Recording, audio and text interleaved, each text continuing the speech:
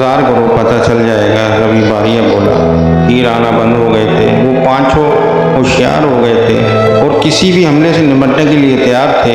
तीर चलाने वाले दरख्तों के पीछे छुपे हुए थे। वो अभी तक उनके सामने नहीं आए थे। पांचों जमीन पर लेटे हुए इंतजार कर रहे थे तीर चलाने वालों का कि वो इनके सामने आए। और फिर कुछ लोग दरख्तों के पीछे से निकलकर बाहर आए। उनकी तादाद 10 थी। 6 के हाथों में कमानें थी। तीर उनकी पीठ के पीछे नजर आ रहे थे। एक के हाथ में तलवार और 3 के हाथों में बाले थे। उन सब में एक हैरत अंगेज बात थी और इस बात ने उन पांचों को चौंका कर रख दिया था। इंसान 2 टांगों वाली मखलूक है। परिंदों की भी 2 टांगें होती हैं, लेकिन चौपाई 4 टांगों वाली मखलूक है, इसलिए उसे चौपाई कहा जाता है। लेकिन उनके सामने जो 10 अफराद आए थे उनकी 3 टांगें थी। वो 3 टांगों पर चल रहे थे। 3 टांगों वाले इंसान सरदार रंजीत हंसते हुए बोला, हाँ, लेकिन इनके इरादे ठीक नहीं लग रहे हैं। वो 10 हैं और हम 5। इनके पास हथियार भी हैं। पहली बार लूसी बोली थी। कोई बात नहीं, ये 10 के बजाय 50 भी होते तो हम इनसे निपट लेते। डरने की बात नहीं है। उज़ैर बोला।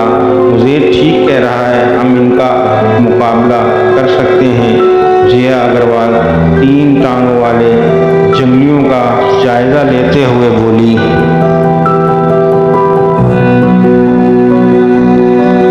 तो तुम सब तैयार हो जवानों इन जंगलियों से मुकाबले के लिए? रवि बारिया लेटे लेटे उन चारों की तरफ देखते हुए बोला। बिल्कुल सर, सरदार रंजीत ने जवाब दिया। अब मुझे लग रहा है कि मैं एक अच्छी टीम को अपने साथ लाया हूँ। रवि बारिया की इस बात पर चारों मुस्कुरा दिए। 3 टांगों वाले जंगली आहिस्ता आहिस्ता उनकी तरफ बढ़ रहे थे। वो इनको घेर रहे थे। हमें इनका इंतजार नहीं करना चाहिए, इनसे पहले इन पर हमला कर देना चाहिए। जिया बोली। ठीक कह रही हो, ठीक कह रही हो, उज़ैर ने कहा और जंगलियों पर हमला करने का मौका ढूंढने लगा। जिन जंगलियों के हाथों में कमानें थी, उन्होंने कमानों में तीर चढ़ा लिए थे। भाले वालों ने भाले संभाल लिए थे। जिस जंगली के हाथ में तलवार थी, वो तलवार को यूं हवा में घुमा रहा था जैसे अपनी तलवार से उनके टुकड़े टुकड़े कर देगा। 3 टांगों वाले जंगली उनके करीब आ चुके थे और फिर रवि बारिया ने जिया अग्रवाल का कमाल देखा। वो अपनी जगह से निहायत फुर्ती से उठी थी और कलाबाजियां खाते हुए 3 टांगों वाले जंगलियों की तरफ बढ़ी थी और उसने जाते ही तलवार लहराते हुए जंगली के सीने में किक रसी की थी और साथ ही एक तीर कमान फेंकने हुए जंगली को भी एक लपेट में ले लिया था। जिया ने अपना ये अमल लम्हों में मुकम्मल किया था। 3 टांगों वाले जंगलियों को उनकी तरफ से इस हमले की उम्मीद नहीं थी।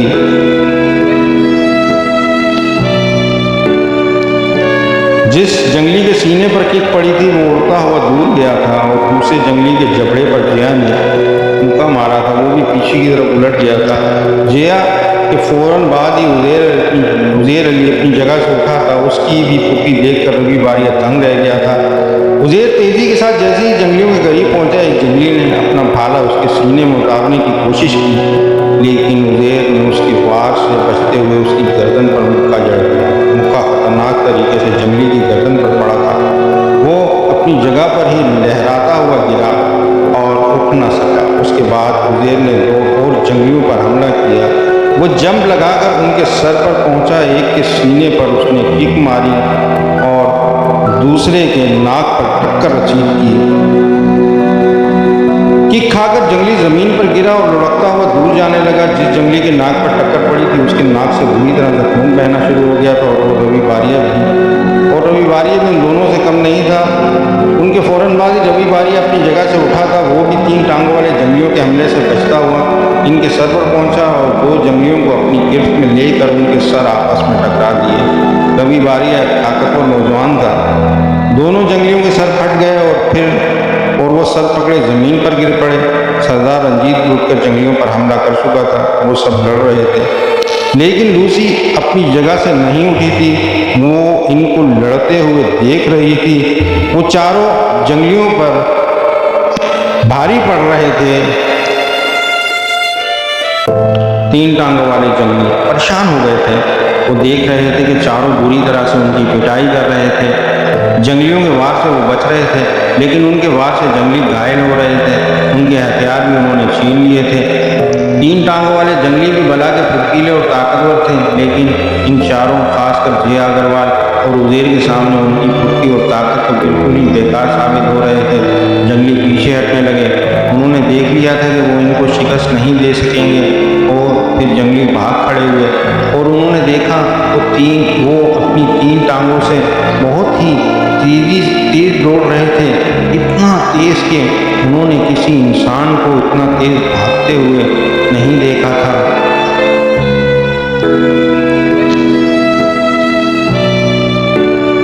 तीन टांगों वाले जंगली अपने तीन साथियों को छोड़कर भागे थे। इन तीन जंगलियों में से दो बेहोश थे और एक बुरी तरह जख्मी था। वो भाग नहीं सकता था।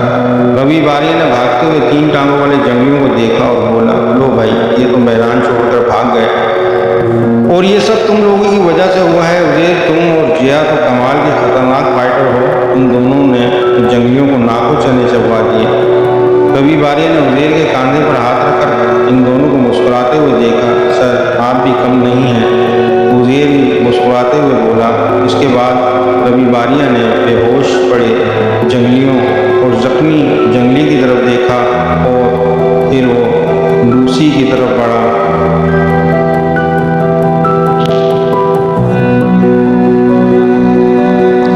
लूसी अपनी जगह पर खड़ी हुई थी। रवि बारिया उसके पास पहुंचकर बोला, तुम मैदान में नहीं उतरी क्या? तुम्हें दुश्मनों से लड़ना नहीं आता है?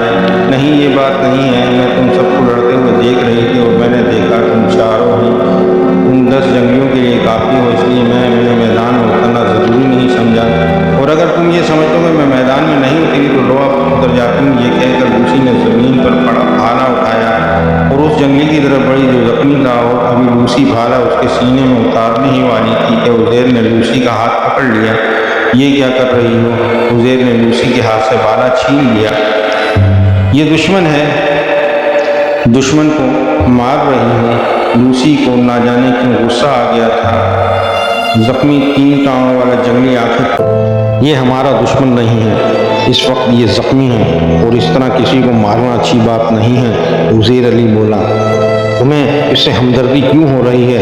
लूसी चिढ़कर बोली, मुझे खुदा की बनाई हर मखलूक से हमदर्दी है, मोहब्बत है, और मैं समझता हूँ कि किसी भी जानदार को खामखा मारना जुर्म है जब तक वो आपको कोई नुकसान ना पहुँचाए, आप भी उसे नुकसान ना पहुँचाए। उज़ैर अली जज्बाती हो गया था। उज़ैर अली की बात सुनकर रवि बारिया ने ताली बजाई और बोला, उज़ैर, तुम बिल्कुल सही हो, मैं तुम्हारी बात से मुत्तफिक हूँ। हमें किसी भी जानदार को मारने का हक नहीं है। तमाम मखलूक ईश्वर की पैदा करदा है, वही मारने वाला और पैदा करने वाला है। रवि बारिया की बात सुनकर उज़ैर अली मुस्कुरा दिया। उज़ैर अली ने जख्मी तीन टांगों वाले जंगली की रंजीत की मदद से हल्की फुल्की ट्रीटमेंट की और फिर उसे इशारे से कहा कि वो खुद भी जा सकता है और अपने बेहोश साथियों को भी ले जा सकता है। उज़ैर अली की इशारों की ज़बान समझकर तीन टांगों वाले जंगली ने अपना सर हिला दिया। ठीक है, अब हम चलते हैं, ये कहकर उज़ैर अली ने रवि बारिया की तरफ देखा। हाँ, अब हमें चलना चाहिए, रवि बारिया बोला। 2 मिनट सब्र कीजिए सर, जया बोली और जख्मी तीन टांगों वाले जंगली की तरफ बढ़ी। क्या कर रही हो जया? रवि बारिया जया को जंगली की तरफ बढ़ते देखकर बोला। सर, हम इस जंगली से मदद ले सकते हैं, इस जजीरे में खुराक की तलाश के लिए। अच्छा आइडिया है जया। की बात सुनकर रवि बारिया बोला। जया तीन टांगों वाले जंगली के पास गई और फिर उससे इशारों से पूछने लगी कि जजीरे में खुराक के लिए वो क्या करते हैं। लेकिन रवि बारिया ने देखा कि वो जया को कोई जवाब नहीं दे रहा था, बल्कि उसने एक बात महसूस की कि तीन टांगों वाला जंगली गाहे बगाहे लूसी को हरासा नज़रों से देख रहा था। शायद ये इसलिए था कि लूसी उसे मारना चाहती थी, वो लूसी से खौफजदा था। सिस्टर, ये कोशिश बेकार है। वो या तो तुम्हारी बात समझ नहीं पा रहा या फिर जवाब नहीं देना चाहता। उज़ैर अली जया से बोला तो जया ने कहा, ऐसा ही लगता है बिरादर, चलो फिर आगे बढ़ते हैं, यहाँ रुककर हमारा वक्त ज़ाया हो रहा है। सरदार रंजीत बोला और वो सब आगे बढ़ गए। बारिया सोच रहा था कि उसकी जिंदगी में ये अजीब मोड़ आ गया था कि उसका जहाज जिसका वो पायलट था हाईजैक हो गया और वो इस जजीरे में आकर फंस गया। उसकी जिंदगी में इससे पहले कोई हादसा नहीं आया था। वो बहुत आरामदेह जिंदगी गुजार रहा था। नौकरी और घर पर आराम उसके यही दो मुशागिल थे। अपने माता पिता की खिदमत करना वो बहुत बड़ी इबादत समझता था। उसके माता पिता उससे बहुत खुश थे। उसकी माता तो अपने ईश्वर से यही प्रार्थना करती थी कि ईश्वर सबको रवि जैसी औलाद दे। रवि बारिया सोचते हुए आगे बढ़ रहा था। क्या हुआ रवि सर, कुछ सोच रहे हैं क्या? जया रवि को सोचते हुए देखकर बोली, नहीं कुछ नहीं। रवि जया बारिया की तरफ देखकर मुस्कुरा दिया। तुम क्या करती हो? रवि बारिया ने जया से पूछा। कुछ नहीं, आवारागर्दी। जया मुस्कुराते हुए बोली। क्या मतलब ये कि दुनिया घूमती हूँ। पिताजी ने मुझे हर तरह से आज़ादी दी हुई है, लिहाजा एक शहर से दूसरे शहर या एक मुल्क से दूसरे मुल्क यही काम है मेरा। बहुत खूब, रवि बारिया मुस्कुराया। लेकिन तुम फाइटर खतरनाक हो, ये सब कहाँ से सीखा? मार्शल आर्ट एकेडमी से ही मार्शल आर्ट की ट्रेनिंग ली है। इसके अलावा फाइट के जितने दाव पेच हैं सब सीख रखे हैं। इसलिए पिताजी की तरफ से आज़ादी है। वो जानते हैं कि उनकी बेटी अपनी हिफाजत कर सकती है। लड़की तो तुम कमाल की हो, रवि बारिया बोला तो जया हंस दी। उज़ैर अली भी उनके साथ साथ चल रहा था। रवि बारिया उज़ैर की तरफ मुड़ा और उससे बोला, उज़ैर तुम भी एक हैरत अंगेज नौजवान हो। तुम्हारे लड़ने के अंदाज से मैं काफ़ी मुतासिर हुआ हूँ। तुमने ये सब कहाँ से सीखा है? रवि बारिया की बात सुनकर उज़ैर अली बोला, रवि साहब, जिया सिस्टर की तरह मैंने भी मार्शल आर्ट की ट्रेनिंग ली है, लेकिन मैंने ये ट्रेनिंग चाइना जाकर ली है। मेरे उस्ताद लीचन एक माहिर फाइटर हैं। मेरे ख्याल में पूरी दुनिया में उन जैसा कमाल का फाइटर नहीं है। इसके अलावा उनको बहुत से उलूम पर दस्तरस हासिल है। मैंने उनकी इतनी खिदमत की कि उन्होंने मार्शल आर्ट की ट्रेनिंग के अलावा अपने दूसरे उलूम भी मुझे सिखा दिए हैं। अगर ज़रूरत पड़ी तो इन उलूम का कमाल भी मैं आपको दिखाऊंगा। चलो तुम्हारे दूसरे फन भी देखेंगे, रवि बारिया बोला। वो चलते जा रहे थे। उन्होंने 3 टांगों वाले जंगलियों के हथियार उठा लिए थे। रवि बारिया, उज़ैर और लूसी के हाथ में भाले थे, जबकि जया अग्रवाल के हाथ में तलवार थी। सरदार रंजीत सिंह के पास रिवॉल्वर मौजूद था, जो उसे रवि बारिया ने दिया था और उसे कहा था कि इसे खास मौकों पर ही इस्तेमाल करना, क्योंकि गोलियां कम हैं। इसीलिए सरदार रंजीत ने जंगलियों से लड़ाई में रिवॉल्वर नहीं निकाला था। झाड़ियों को हटाते हुए वो आगे बढ़ रहे थे कि उनको अपने पीछे सरसराहट महसूस होने लगी। यूं लग रहा था जैसे कोई उनका पीछा कर रहा है। शायद कोई हमारा पीछा कर रहा है, लूसी बोली थी। हाँ, ऐसा लग रहा है हमारे पीछे कोई है, और ये कोई 1 या 2 नहीं है, इनकी तादाद अच्छी खासी है, उज़ैर अली बोला। और वो सब होशियार हो गए। कोई अनदेखा खतरा या दुश्मन उनकी तरफ बड़ी खामोशी से बढ़ रहा था। हथियार उन्होंने हाथों में संभाल लिए थे और फिर थोड़ी देर बाद ही वो अनदेखा खतरा उनके सामने आने लगा। वो भेड़िए थे, खूंखार भेड़िए, जो चारों तरफ से उनको घेर रहे थे। वो पांचों एक दूसरे की कमर से कमर मिलाकर खड़े हो गए। भेड़ियों से मुकाबले के लिए भेड़िए घुरा रहे थे। उनके तेवर बता रहे थे कि वो कई दिनों से भूखे हैं और अब उनको कच्चा चबाकर अपनी भूख मिटाएंगे। चारों तरफ से बड़े बड़े खूंखार भेड़िए उनको घेर चुके थे और अब उन पर हमले के लिए पर तोड़ रहे थे। घबराने की जरूरत नहीं है, हम इन पर काबू पा लेंगे, रवि बारिया उन सबको तसल्ली देने के अंदाज में बोला। सर, हम घबराने वालों में से नहीं हैं, जया अग्रवाल बोली। और उसी वक्त 4 भेड़ियों ने अपनी जगह से छलांग लगाई थी। वो हवा में उड़ते हुए उनके करीब आ रहे थे। भेड़िए उन 5 से वाकिफ नहीं थे। उनकी मौत उनको उनके करीब लाई थी। और फिर जैसे ही भेड़िए उनके करीब पहुंचे, पहले रवि बारिया ने अपने हाथ में थामा हुआ भाला अपने करीब आने वाले भेड़िए के सीने में उतार दिया। दूसरे भेड़िए के जिया ने अपनी तलवार से 2 टुकड़े कर दिए। तीसरे को उज़ैर अली ने अपने भाले में परो दिया। चौथा भेड़िया लूसी के भाले का शिकार हो गया। ओए मैं रह गया। सरदार रंजीत ने जब देखा कि उन सब ने एक एक भेड़ियों को मार दिया है और वो रह गया है भेड़ियों को मारने से, वो मुंह बनाते हुए बोला था, फिक्र मत करो, भेड़ियों की तादाद अच्छी खासी है, तुम्हें भी मौका मिलेगा। उज़ैर अली मुस्कुराते हुए बोला और फिर भेड़ियों और उनमें एक जंग छिड़ गई। सरदार रंजीत ने रिवॉल्वर निकाल लिया था। रवि बारिया ने उससे कहा कि गोलियों का इस्तेमाल कम से कम करे। जब कोई भेड़िया उसके करीब आए तब रिवॉल्वर का इस्तेमाल करे, वरना नहीं। ओके सर, सरदार रंजीत सर हिलाकर बोला। भेड़ियों की मौत उनको उनके करीब लाई थी। जिया अग्रवाल के हाथ में तलवार थी और वो तलवार से भेड़ियों को काट रही थी। रवि बारिया देख रहा था कि वो बड़ी महारत से तलवार चला रही थी। किसी नंजा फाइटर की तरह वो भेड़ियों का सफाया कर रही थी। दूसरी तरफ उज़ैर अली की फुर्ती भी रवि बारिया की नज़र में थी। वो देखने में एक नॉर्मल जिस्म का मालिक नजर आता था, लेकिन बांग्लादेश से ताल्लुक रखने वाला ये नौजवान जो नजर आता था वो नहीं था।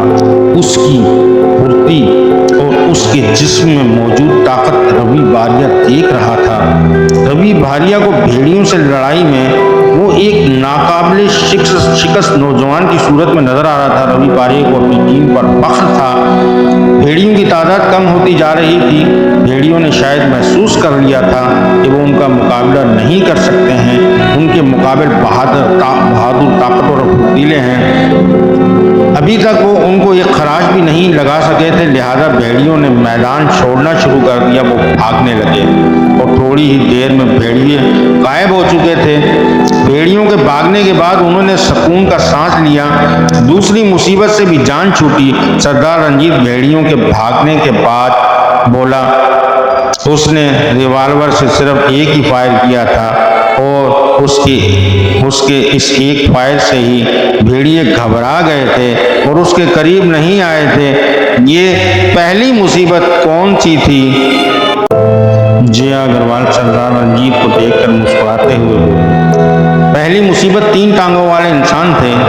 ओ अच्छा, जिया अग्रवाल अपनी तलवार से भेड़ियों का खून साफ करते हुए बोली। इसके बाद वो आगे बढ़ गए। जिया महसूस कर रही थी कि लूसी रवि बारिया को अपनी तरफ माइल करने की कोशिश कर रही है और ये बात उसे बुरी लग रही थी। लूसी रवि बारिया के बहुत करीब होकर चल रही थी। सर, जिया ने रवि बारिया को आवाज़ दी। जिया रवि बारिया के पीछे चल रही थी। रवि बारिया ने मोड़कर जिया की तरफ देखा और बोला, क्या हुआ जिया? रवि सर, कुछ देर आराम न कर लिया जाए? काफ़ी चल चुके हैं और काफ़ी लड़ भी चुके हैं। ठीक कह रही हो तुम, आराम करना भी ज़रूरी है। कोई मुनासिब जगह देखकर आराम कर लेते हैं, रवि बारिया बोला।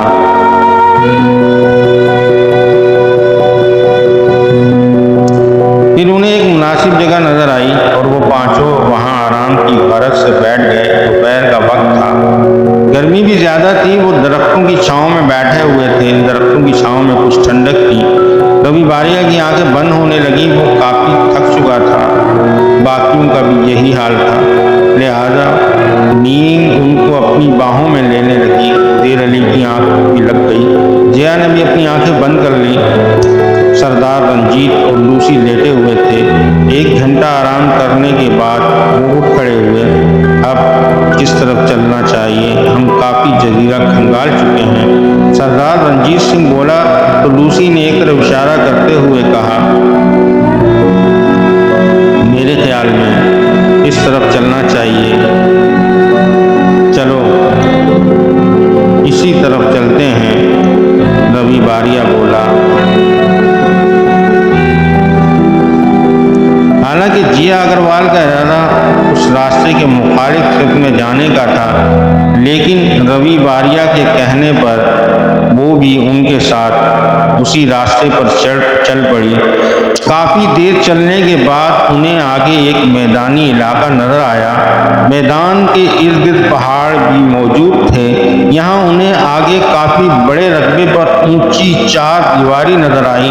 चार दीवारी के ऊपर कांटेदार लोहे की बाड़ लगी हुई थी। इस चार दीवारी के अंदर क्या है? रंजीत बोला।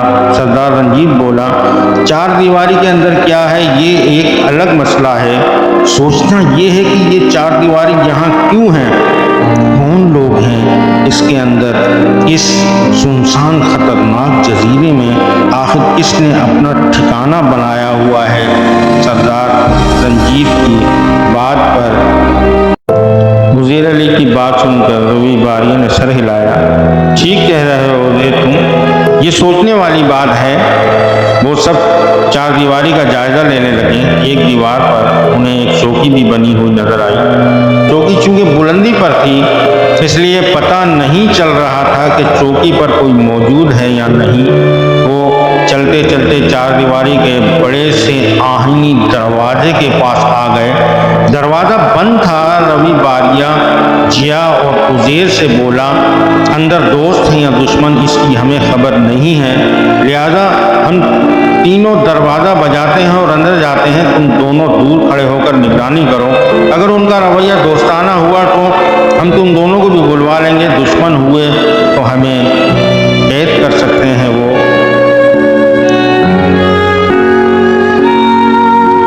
हमारे कैद होने के बाद तुम दोनों आज़ाद हो गए और फिर तुम दोनों को क्या करना है ये तुम दोनों जानते ही हो। रवि बारिया की बात ठीक थी। उज़ैर और जिया को भी पसंद आई, लिहाजा वो दूर जाकर एक बड़े से पहाड़ी पत्थर के पास खड़े हो गए। उनके जाने के बाद सरदार रंजीत ने जोर से दरवाज़ा बजाया। दो तीन बार दरवाज़ा बजाने पर उन्हें कदमों की आवाज़ सुनाई दी। कई लोग दरवाजे की तरफ आ रहे थे और फिर दरवाज़ा खुल गया। दरवाज़ा खोलने वाले 5 अफराद थे। उनके हाथों में मशीन गनें थी। उन्होंने अपनी मशीन गनें इन पर तान दी और इनको लेकर अंदर की तरफ चल दिए। दूर खड़े उज़ैर अली और जिया ये मंजर देख चुके थे। वो समझ गए कि अंदर दोस्त नहीं दुश्मन है। उन्हें रवि बारिया की दूर अंदेशी समझ आ गई थी। जिया और उज़ैर अली समझ गए थे कि उनका लीडर एक समझदार और दूर अंदेशी इंसान है। अंदर दाखिल होने के बाद रवि बारिया ने देखा लूसी बड़े इत्मीनान से चल रही थी। उसके चलने का अंदाज ही बदल गया था। मशीन गन वाले 5 अफराद ने मशीन गनें उन दोनों पर तानी हुई थी। उनकी मशीन गनों का रुख लूसी की तरफ नहीं था। ये सब क्या है लूसी? रवि बारिया लूसी को देखते हुए बोला, सब पता चल जाएगा, जरा सा सब्र करो। लूसी रवि बारिया की तरफ देखकर मुस्कुराई और रवि बारिया समझ गया कि मामला गड़बड़ है। वो एक बड़ी सी महलनुमा इमारत के करीब आ गए जो चार दीवारी के अंदर बनी हुई थी। इमारत के लॉन में एक टेबल बिछी हुई थी। टेबल के सामने लगी कुर्सियों पर 3 अफराद बैठे हुए थे। वो उन तीनों को देखकर खड़े हो गए और फिर उनमें से एक शख्स जो 3-piece सूट में मलबूस था एहतरामन झुककर लूसी से बोला, वेलकम वेलकम। बाकी दोनों भी लूसी के सामने एहतरामन झुक गए थे और रवि बारिया की समझ में आ गया था कि लूसी भी मालूफ गैंग से ही ताल्लुक रखती है और वो इन्हें फंसाकर मालूफ के अड्डे पर ले आई थी। तो तुम भी मालूफ गैंग से हो? लूसी बारिया रवि बारिया लूसी से बोला, हाँ मैं मालूफ की राइट हैंड हूँ और ये मार्कर है। लूसी ने 3-piece वाले शख्स की तरफ इशारा किया। मालूफ का लेफ्ट हैंड